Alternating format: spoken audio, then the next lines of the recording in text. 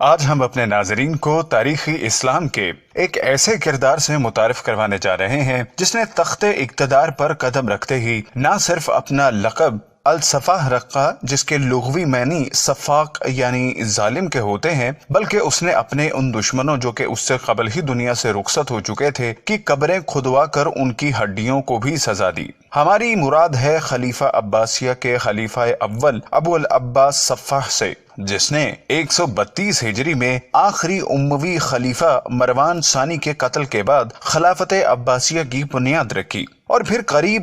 5 صدیوں تک اس کی اولاد سلطنت بغداد پر حکمران رہی۔ ناظرین، میں ہوں محمود ریاض اور آپ دیکھ رہے ہیں یوٹیوب کے اس چینل اسپریڈ دی اسلام، جس نے آج کی اس زیر نظر ویڈیو کے لیے اسی مرد صفاق کی زندگی کے چند پہلوؤں کا احاطہ کرنے کی کوشش کی ہے۔ لیکن آگے جانے سے قبل ہم حسب دستور اپنے اس قافلے میں شامل ہونے والے نئے ساتھیوں سے گزارش کریں گے کہ وہ پہلے چینل کو سبسکرائب کر کے ساتھ موجود گھنٹی کی علامت کو بھی دبا دیں، تاکہ ہماری اسی نوع کی آنے والی دیگر ویڈیوز بھی خود بخود آپ تک پہنچتی رہیں۔ معزز خواتین و حضرات، بنو امیہ اور بنو ہاشم کے درمیان پائی جانے والی دشمنی کی ابتدا اگرچہ نبی صادق صلی اللہ علیہ وسلم کے دنیا میں تشریف لانے سے پہلے بھی ہو چکی تھی، لیکن اسلام کی آمد نے اس کی شدت میں بہت حد تک کمی کر دی تھی۔ مگر جب دوسرے خلفائے راشد حضرت عمر رضی اللہ تعالی عنہ نے اس دنیا سے پردہ فرمایا تو حضرت عثمان کو خلافت اسلامیہ کی سربراہی سونپ دی گئی، جو کہ قبیلہ قریش کی شاخ بنو امیہ سے تعلق رکھتے تھے، اور ہم سب جانتے ہیں کہ شہادت عثمان رضی اللہ تعالی عنہ کے بعد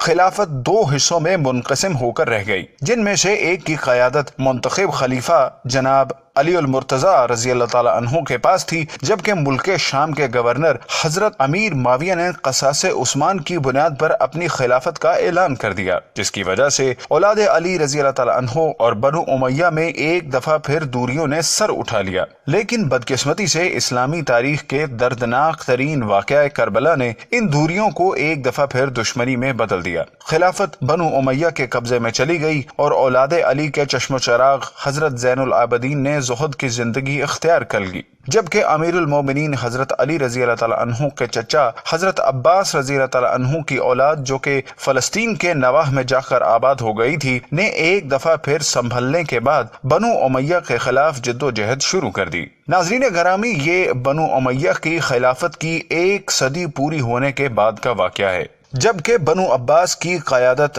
ابو العباس کے پاس تھی، جس نے اپنے انتہائی معتمد ساتھی ابو مسلم خراسانی کی مدد سے بنو امیہ کو پے در پے شکستیں دیں، جبکہ آخری معرکہ دریائے فرات کے پاس پیش آیا، جس کے بعد بنو امیہ کے اقتدار کی چادر لپیٹ دی گئی، اور ابو العباس نے 132 ہجری میں پہلی دفعہ اپنے نام کا خطبہ پڑھتے ہوئے خلافت عباسیہ کی بنیاد رکھ دی، جبکہ انہی ایام میں جشن فتح مناتے ہوئے بنو امیہ کے آخری حکمران مروان ثانی کو قتل کر دیا گیا۔ لیکن یہ اس نفرت کی تسکین کے لیے کچھ بھی نہ تھا جو کہ عباسیوں کے دلوں میں بنو امیہ کے لیے بھری ہوئی تھی۔ عباس نے اس کی تسکین کے لیے خود اپنا لقب صفاق منتخب کیا، جس کے معنی صفاق یعنی ظالم کے بنتے ہیں۔ اس نے حکم دیا کہ بنو امیہ نے ہمارے بزرگوں کے ساتھ جو مظالم کیے تھے، اب اس کے انتقام لینے کا وقت آ چکا ہے، سو ان خلفاء جو کہ اس سے قبل اس دنیا سے جا چکے تھے کہ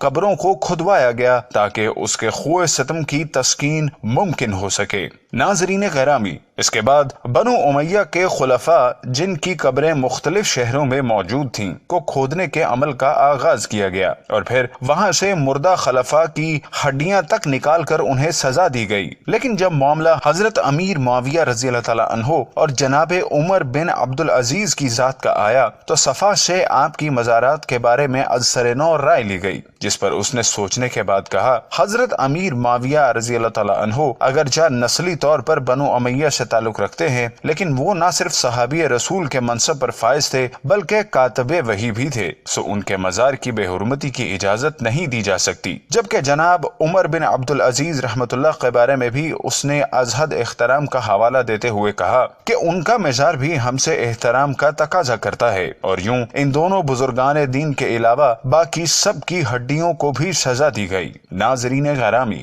واقعہ کربلا تاریخ اسلام کا ایک ایسا خون رنگ باب ہے جس سے اب تک خون رس رہا ہے، لیکن اسلام کا تقاضا بہرحال طرز اعتدال ہے جو کہ ایک منصف معاشرے کی پہچان بنتا ہے۔